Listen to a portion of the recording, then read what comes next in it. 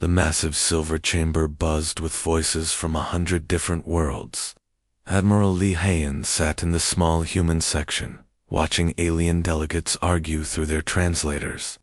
His uniform felt tight against his shoulders as he leaned forward to study the holographic display floating above the council floor. The image showed a dying world. Kethmera Prime spun slowly in the projection, half of its surface, normal and beautiful, covered in crystal cities that sparkled like diamonds. The other half looked wrong somehow. It twisted and bent in ways that made Lee's eyes water when he tried to focus on it. Dark energy swirled around the planet like hungry smoke, eating away at reality itself. Captain Kim Soo shifted in her seat beside him. She was young for a starship captain, but her dark eyes held the kind of steady calm that came from making hard decisions in deep space. "How long do they have?" she whispered. Dr. Park Jin checked his datapad without looking away from the horrifying display. "The reports say 47 days until complete planetary consumption. Maybe less if the void accelerates." Lee felt sick. The Kethmori were a peaceful people. Their crystalline bodies made them look like living sculptures, beautiful and fragile. They had never hurt anyone. They spent their days growing crystal gardens and singing harmonic songs that could make grown humans cry with joy.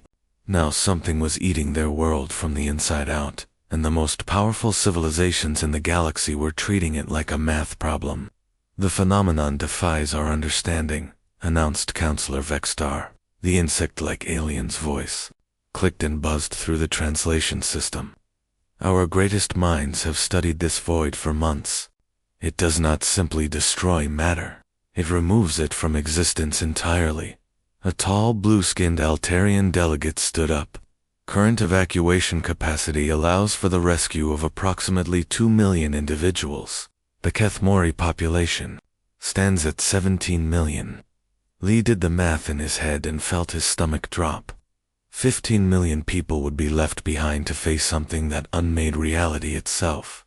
"The economic cost of a full evacuation exceeds reasonable parameters," droned another voice from the advanced synthesis section. Their representatives looked like floating geometric shapes that hurt to stare at directly. "Resources would be better allocated to prevention of similar phenomena elsewhere." Dr. Park's hands clenched into fists. "They're talking about abandoning 15 million people like they're discussing shipping costs." The debate continued for hours. The Xanthari worried that rescue attempts might spread the void to other systems. The Corellian Union claimed they lacked sufficient transport vessels. The hegemony questioned whether the Kethmori civilization was strategically valuable enough to justify the risk. Through it all, the hologram of the dying world kept spinning. Lee watched crystal cities disappear into the writhing darkness as the void expanded. Somewhere down there, millions of crystalline beings watched their sky tear apart and waited for help that might never come. "We must face reality," Counselor Vexstar finally announced. "A full evacuation is impossible. We can save who we can save, but we cannot risk the stability of local spacetime for a complete rescue." The formal vote took only minutes. Resolution 7749. The formal abandonment of Kethmera Prime and the acceptance of calculated losses in the face of cosmic phenomena. The numbers appeared on screens throughout the chamber. 847 species voted to abandon the Kethmori to their fate. Only 3 voted against it. Lee looked around the chamber as delegates began gathering their things. Most avoided eye contact with the small Kethmori section, where crystalline beings sat in stunned silence. Their harmonic voices had gone quiet, leaving only the sound of rustling papers and closing briefcases. "Admiral," Captain Kim's voice was soft but steady. "We can't let this happen." Lee stood slowly. His legs felt unsteady, but his voice carried clearly across the chamber. "The Terran Federation formally rejects this decision." Conversation stopped. Hundreds of alien faces turned toward the small human delegation. Lee could feel their attention like a weight on his shoulders, but he kept talking. "We will attempt to rescue ourselves. A sound rippled through the chamber. Some aliens made noises that might have been laughter. Others clicked or buzzed in what seemed like disbelief. Counselor Vextar's mandibles twitched in something that could have been amusement. Admiral Lee, the insect delegate, said, "Your species has been traveling between stars for less than 200 years. This phenomenon has defeated civilizations with millions of years of scientific advancement. Your technology is primitive compared to ours." "Maybe that's exactly what we need," Lee replied quietly. Fresh eyes on an old problem. Dr. Park stood beside him, then Captain Kim. One by one, the entire human delegation rose to their feet. "The vote is recorded," Counselor Vextar announced. "The Terran Federation chooses to pursue independent action. The Council wishes them good fortune." As the humans filed out of the chamber, Lee heard fragments of conversation in a dozen alien languages. Words that translated roughly to suicide mission and noble stupidity followed them into the corridor. Behind them, the holographic display continued its silent rotation. The void grew larger with each passing moment, consuming crystal cities that had stood for thousands of years. Somewhere in that dying light, 17 million Kethmori waited for salvation. The galaxy had turned away, but humans never abandoned friends, even friends they had never met. The shipyards around Earth had never been so busy. Admiral Lee Hyun stood on the observation deck of Luna Station, watching sparks fly from 100 welding torches as workers raced to convert cargo ships into rescue vessels. The Second Chance hung in the nearest dock, her cargo bays being stripped out and replaced with life support systems designed for crystalline beings. Chief Engineer Bei Wan floated beside a massive transport ship, her magnetic boots clicking against the hull as she supervised the installation of modified shield generators. Sweat beaded on her forehead inside her work helmet, but her hands stayed steady as she connected power cables. "The power readings are all wrong," called Technician Namki from inside an access tunnel. His voice echoed strangely in the confined space. "These shields weren't designed to handle whatever that void thing throws at us. They'll hold because they have to," Bei replied, tightening a connection with more force than necessary. 17 million lives depend on these ships working. Down in the engineering bay, her team worked around the clock. They took mining ships designed to crack asteroids and turned them into passenger vessels. Luxury cruise liners had their swimming pools filled with the mineral baths that Kethmori needed to stay healthy. Even old military transports from the last war were pulled out of mothballs and given new life. On Earth's surface, the preparation centers buzzed with frantic activity. Social worker Jung Yoon stood in a converted warehouse, surrounded by tanks of strange blue liquid that glowed with its own light. The air smelled like metal and electricity. "The Kethmori need these mineral solutions every few days," Dr. Park explained to a group of colonial governors gathered around a holographic projector.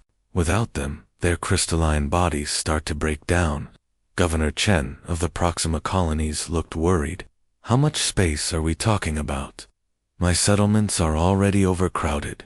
Each Kethmori family unit needs about 50 square meters of living space, plus access to natural sunlight for photosynthesis."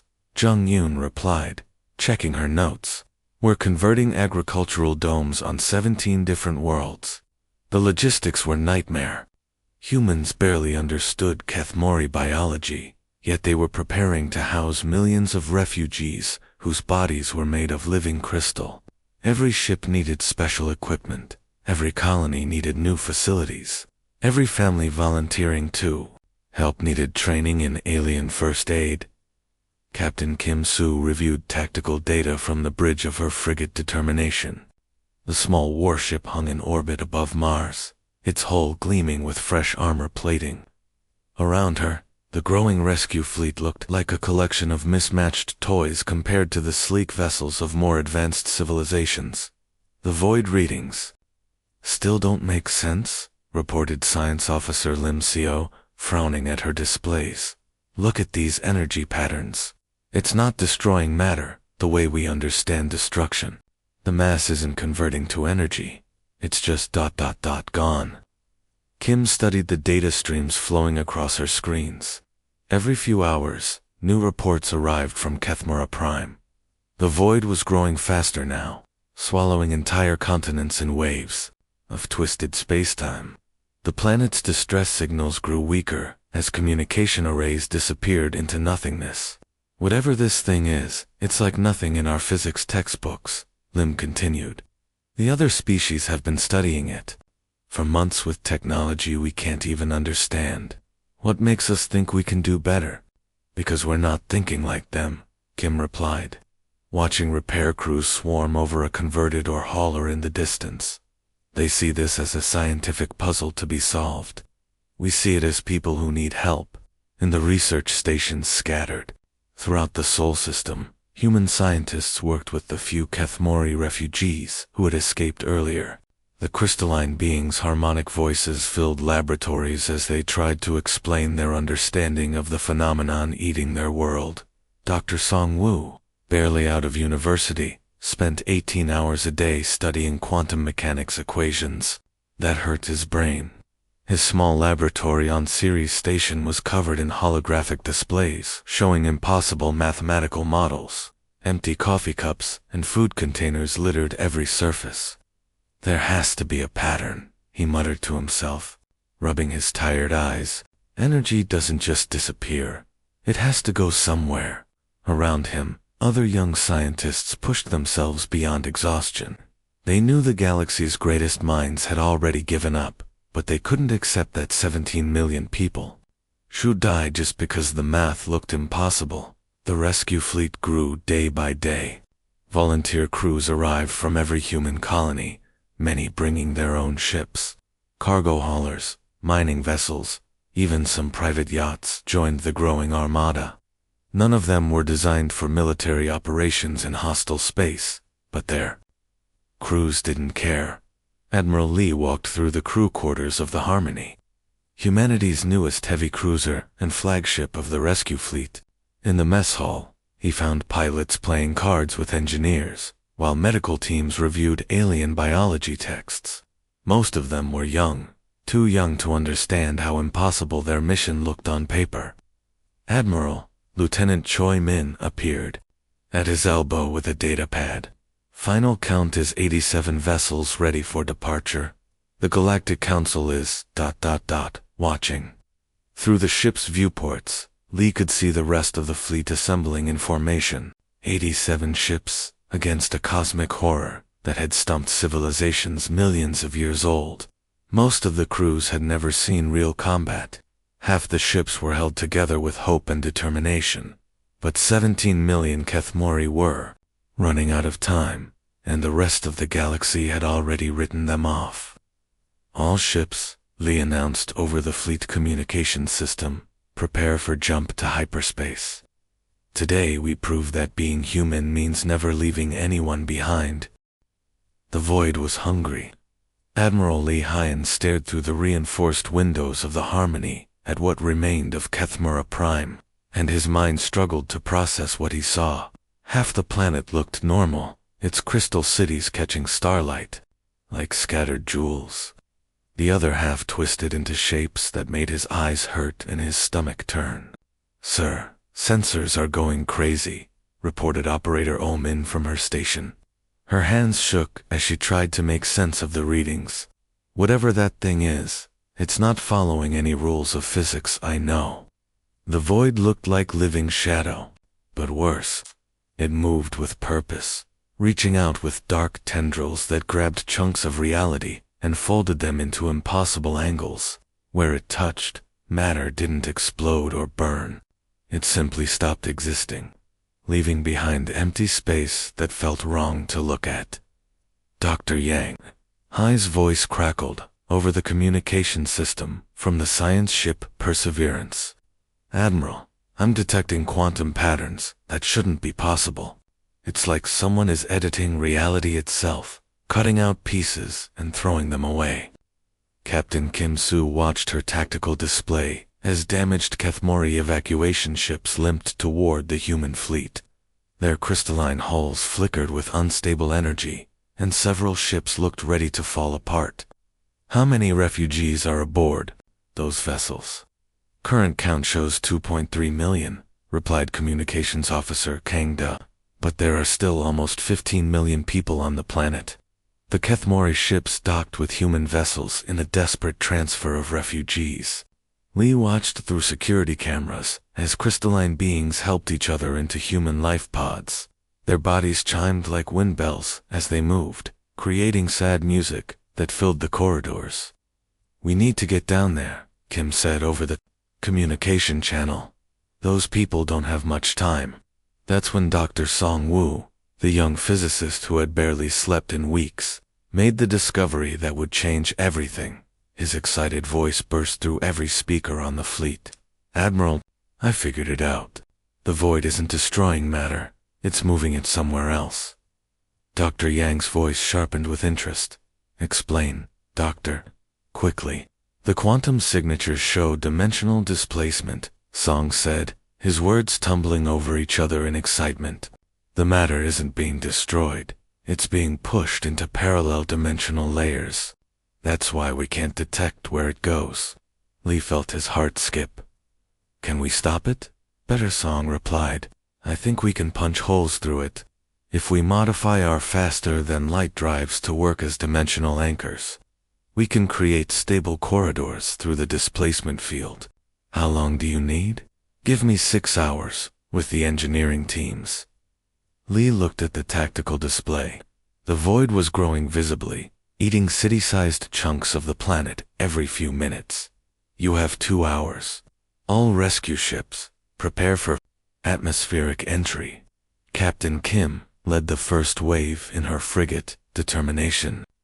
She dove through the planet's atmosphere, while reality twisted around her ship like angry smoke. Behind her, converted cargo ships flew in formation, their hulls groaning under stress they were never designed to handle. "Dimensional anchor deployed," Song's voice called out as modified engines created a bubble of normal space-time. "You have a corridor, but it's only stable for about 3 minutes." Kim's ship shot through the temporary hole in the void, like a bullet through smoke.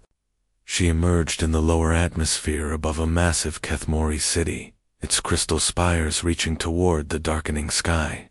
Below, millions of crystalline beings looked up as human ships descended like unlikely angels.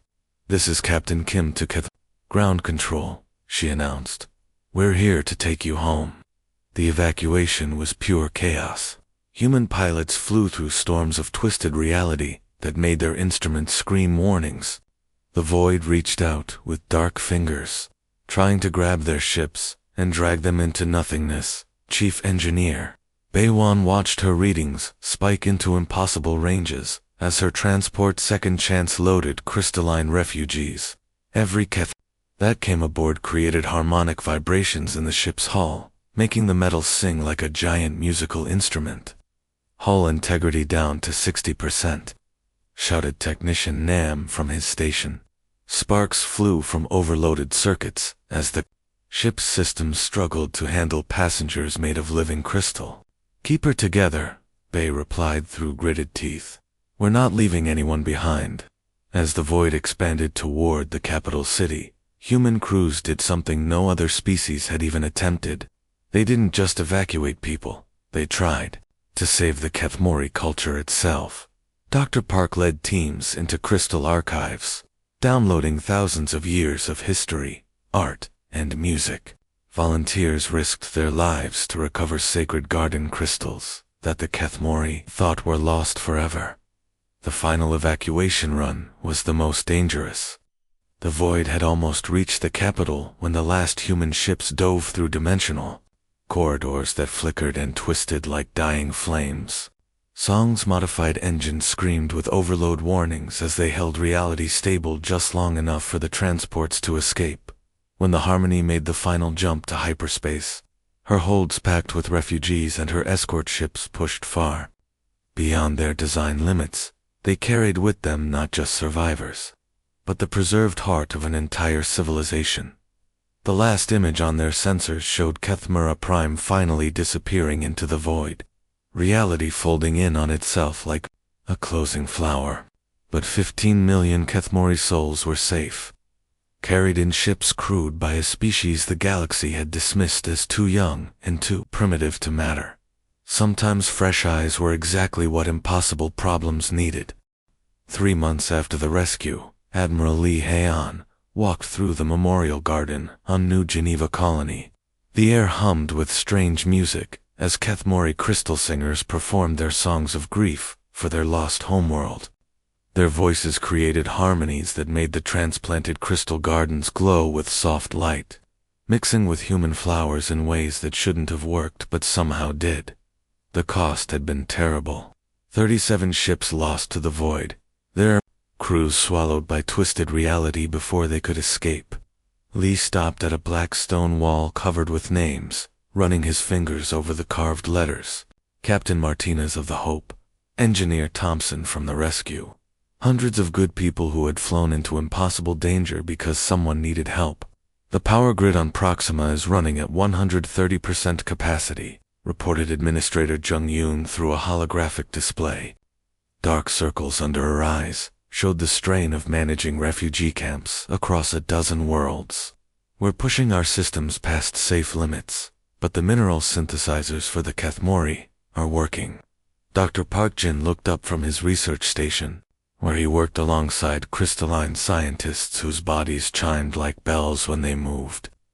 The cultural mixing is going better than we hoped. Human children and young Kethmori seem to understand each other without words. Through the colony's main viewport, Lee could see the new buildings rising from the settlement. Kethmori crystal growing techniques merged with human engineering to create structures that sang in the wind. Spires of living crystal wound around, steel support beams, creating architecture that was both alien and somehow familiar. Admiral, his aide Lieutenant Choi Min, approached with a datapad, his expression carefully neutral. Priority message from Earth. The Galactic Council wants to meet with you. Lee almost laughed. 3 months ago, the Council had voted to abandon the Kethmori to certain death. Now, with the successful rescue making headlines across known space, suddenly everyone wanted to be involved. Captain Kim Soo joined them from her inspection of the orbital defense platforms. Let me guess. They want to help now that all the dangerous work is finished. The Xanthari are offering medical supplies. Choi read from his notes. The Corellian Union wants to donate emergency housing. The Advanced Synthesis is proposing joint research programs to study Kethmori crystal technology. Where were they when we were flying through reality storms? Dr. Yang Hai asked as she approached the group. Her research coat was stained with the blue mineral solutions that Kethmori equipment needed to function.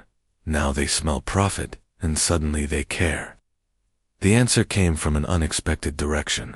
Elder Songhari approached their gathering, her crystalline body catching the light of New Geneva's sun and breaking it into rainbow patterns.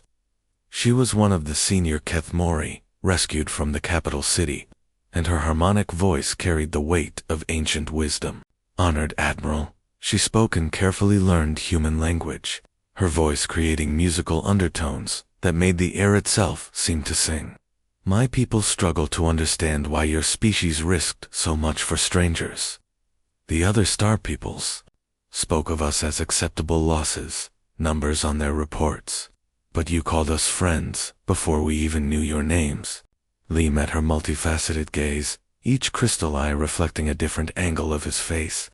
Elder Songhari, when someone calls for help, you answer. It's not complicated. Perhaps not for humans, she replied, her harmonic voice shifting to formal tones. But for 15 million of my people, it means we are alive to see another sunrise. We have made a decision. The crystalline elder's voice rose in pitch, creating resonances that made the nearby crystal gardens glow brighter. The Keth Integration Council formally requests to join the Terran Federation as a protected partner species. We offer our knowledge of dimensional science, our crystal-growing arts, our harmonic technologies, but most importantly, we offer our friendship. The universe turned away from us, but humans never abandon friends. Now we are friends. We will never abandon humans. As if responding to her words, the crystal gardens throughout the colony began to resonate in harmony. Their song carried across the settlement, a sound like wind chimes made of starlight that brought tears to human eyes and made Kethmori Bodhi's glow with inner light. Lee felt something shift in his chest, a warmth that had nothing to do with the artificial atmosphere. They hadn't just saved refugees from a cosmic disaster. They had gained family. The moment was interrupted by urgent signals from the communication center. Lieutenant Choi's datapad buzzed with incoming priority messages from across human space. "Sir, we're receiving distress calls from the Altarian," Colonies Choi reported, his voice tight with concern. "Some kind of plague outbreak on their outer settlements. The Galactic Council is forming committees to study the situation." Kim snorted. "Committees? While people die." Dr. Yang was already pulling up data on her portable display. "Quantum plague, from the initial reports. It's not just killing people, it's erasing them from reality. Similar energy signatures to what we saw with the Void."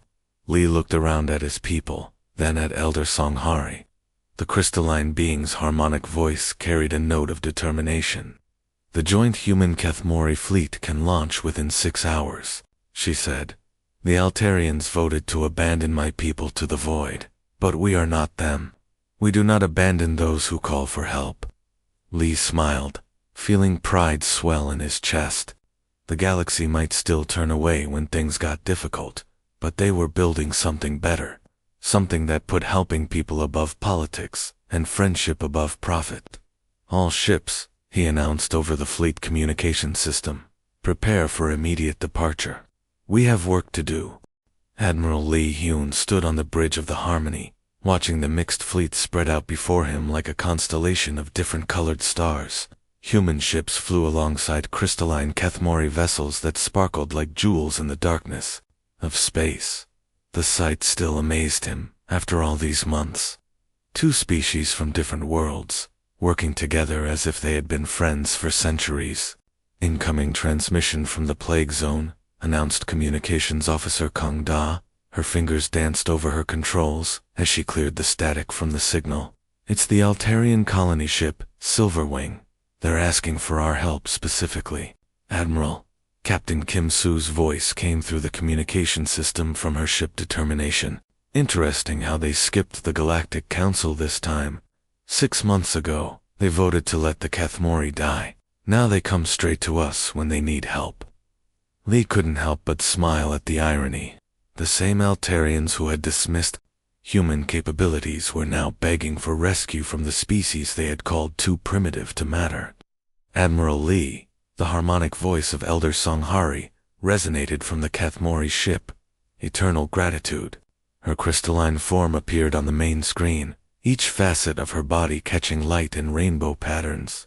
"Our crystal singers detect strange vibrations in the plague readings. This quantum sickness creates disharmony in reality itself. Perhaps our sciences can heal what others cannot understand." Dr. Yang Hai's excited voice burst through the communication channels from the science vessel Perseverance. "The quantum patterns are similar to what we saw with the Void phenomenon. If we can adapt the dimensional anchor technology we developed, what followed was unlike anything the galaxy had ever seen. The quantum plague didn't just kill its victims. It erased them completely from existence, leaving behind empty spaces where people had once lived and breathed. Entire families vanished, leaving behind only confused neighbors who couldn't remember who used to live in now empty houses. But the human Kethmori Alliance had learned from their impossible victory at Kethmora Prime. Dr. Song Woo, now promoted to Chief Science Officer, worked with Kethmori crystal technicians to create harmonic barriers that could contain the plague's spread. "The hybrid shields are holding," reported Chief Engineer Beiwan from the medical ship New Hope. Her voice carried the strain of days without sleep as she monitored systems pushed far beyond their design limits. "Kethmori harmonic technology is actually neutralizing the quantum disruption. It's like their crystal singing can heal reality itself. In the plague zones, Human medical teams worked alongside Kethmori crystal healers, whose bodies glowed with healing light. The crystalline beings could sense the quantum distortions in infected patients and guide human doctors to the exact source of each person's sickness. As word of their success spread, something remarkable began happening. Other species started joining the rescue effort, but not through official council channels. Individual ships and volunteer crews arrived from across the galaxy. Inspired by the example of cooperation they witnessed, the Drift Singers, who had been the only other species to vote with humanity in the original council session, arrived with their reality manipulation abilities. Their bioships looked like living creatures swimming through space, and their crews could bend space-time in ways that helped contain the plague's spread. A squadron of vegan merchants brought medical supplies without being asked, their cargo holds filled with equipment donated by their home colonies. Even some younger members of the Advanced Synthesis broke ranks with their geometric society to contribute their advanced technology. Captain Kim found herself commanding a truly mixed fleet as they evacuated the final plague victims from the Altarian colonies. Ships of a dozen different designs flew in formation, their crews working together, despite having never trained as a unit. "This is Captain Kim to all vessels," she announced over the fleet-wide communication system. "Mission accomplished. All Altarian civilians have been evacuated, and the plague has been contained." The real victory came afterward. As the diverse rescue fleet prepared to return to their home systems, messages of gratitude flooded in from across the galaxy. Species that had never paid attention to humans before were suddenly interested in this alliance that put action above politics. Admiral Lieutenant Choi Min approached with his ever-present datapad.